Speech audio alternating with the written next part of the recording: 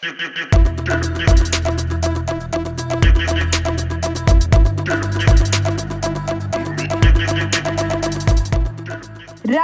ತಾಲೂಕಿನ ಕುಡಚಿ ಪಟ್ಟಣದಲ್ಲಿ ಕುಡಿಯುವ ನೀರಿನ ಸಮಸ್ಯೆಯ ವಿಷಯವಾಗಿ ಜನಪರ ಕಾಳಜಿಯಿಂದ ಒಂದೆಡೆ ನೀರಿಗಾಗಿ ಜನರ ಹಾಹಾಕಾರ, ಇನ್ನೊಂದೆಡೆ ಜಲಕಾರಂಜಿಯ ಚಿತ್ತಾರ ಅನ್ನೋ ಶೀರ್ಷಿಕೆಯ ಅಡಿಯಲ್ಲಿ ನಿಮ್ಮ ಪಬ್ಲಿಕ್ ನೆಕ್ಸ್ಟ್ ವಾಹಿನಿಯು ವಿಸ್ತೃತವಾದ ವರದಿಯೊಂದನ್ನು ಪ್ರಸಾರ ಮಾಡಿತ್ತು.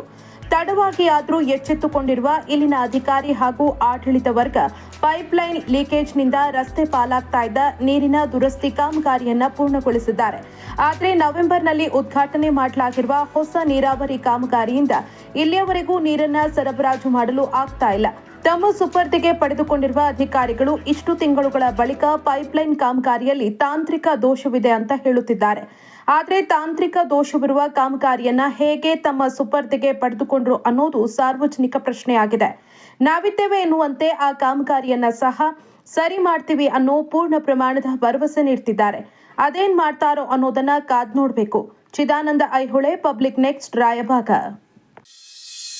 ಸರ ನೀರಿನ ಸಮಸ್ಯೆ ಅಂದ್ರೆ ನಮಗೆ ಮಾರ್ಚ್, ಏಪ್ರಿಲ್, ಮೇ, ಜೂನ್ ನಾವು ಬೋರ್ವೆಲ್ ಸ್ಟಾರ್ಟ್ ಮಾಡಿದ್ವಿ. ನಮ್ಮನ್ನು ಭಾವಿ ಐತಿ ಸರ್, ಅದನ್ನು ಸ್ಟಾರ್ಟ್ ಮಾಡಿದ್ವಿ.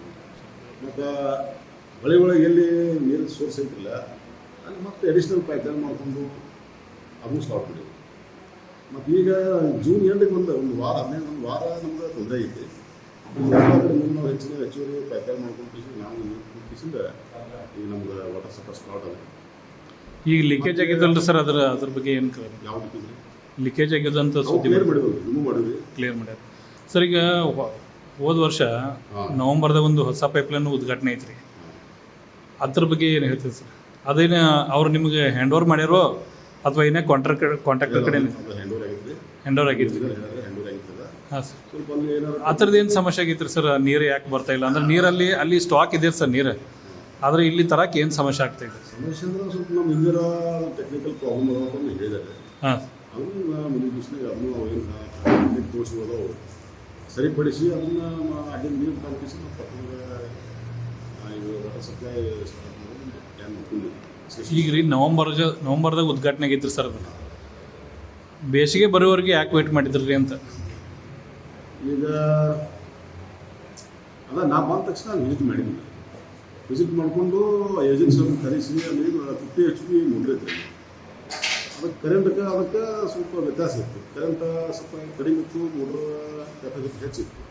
ಅದು ಏಜೆನ್ಸಿ ಹೇಳೋಣ ಅದು 30 HP ಮೋಟ್ರ್ ನಾವು ಕೊಡಿಸಿದ್ವಿ. ಅಂದ್ರೆ ಅತಾಂತ್ರಿಕತೆಯಿಂದ ಕೂಡಿದ್ದ ಅನ್ಸುತ್ತೆ. ಅಂದ್ರೆ 30 HP ಸ್ಟಾರ್ಟ್ ಮಾಡಿದ್ರು ನಾವು. ನೀರು ಬಂದು ನಮಗೆ ಬಿತ್ತು, ನಮಗೆ ಸಂಪೂರ್ಣ ಬಿತ್ತು. ಬಟ್ 40 ಮತ್ತು ಒಂದು ಸ್ವಲ್ಪ ಇರುವಲ್ ಪ್ರಾಬ್ಲಮ್ ಆಗಿ ಒಂದು ಲೀಕೇಜ್ ಆದವು. ಈಗ ಅದನ್ನು ಲೀಕೇಜ್ ತೆಗ್ಸೋರಿ ಮತ್ತು ನಾವು ನಾಳೆ ಟ್ರೈ ಮಾಡಿ ನೋಡ್ತೀವಿ. ಅಂದರೆ ಎಲ್ಲಿವರೆಗೂ ಆರಂಭ ಆಗ್ಬೋದು ರೀ? ಈಗ ನೋಡಿರಿ, ಈಗ ಲೀಕೇಜ್ ಅಲ್ಲಿ ತೆಗೆಯೋರಿ ತೆಗೆದು ನೀವು ಮಾತಾಡೋಕ್ಕೆ ರೀಕನೆಕ್ಷನ್ ತೊಗೊಂಡ್ರಿ ಕೇಬಿನಿಂದ. ಆ ಕೇಬಲ್ ಇವತ್ತು ಕನೆಕ್ಷನ್ ಕೊಡ್ತಾರೆ ನಮಗೆ. ನಾಳೆ ಹೋಗಿ ನಾವು ನಿಂತಿಸಿ ಟ್ರಯಲ್ ಮಾಡಿಕೊಂಡು ಟೆಸ್ಟ್ ಮಾಡ್ತೀವಿ. ಮತ್ತು ಏನಾದರೂ ಒಂದು ತಾಂತ್ರಿಕ ದೋಷ ಕಾಣ್ತು ಅಂತ ನಾವು ಸಮಸ್ಯೆ.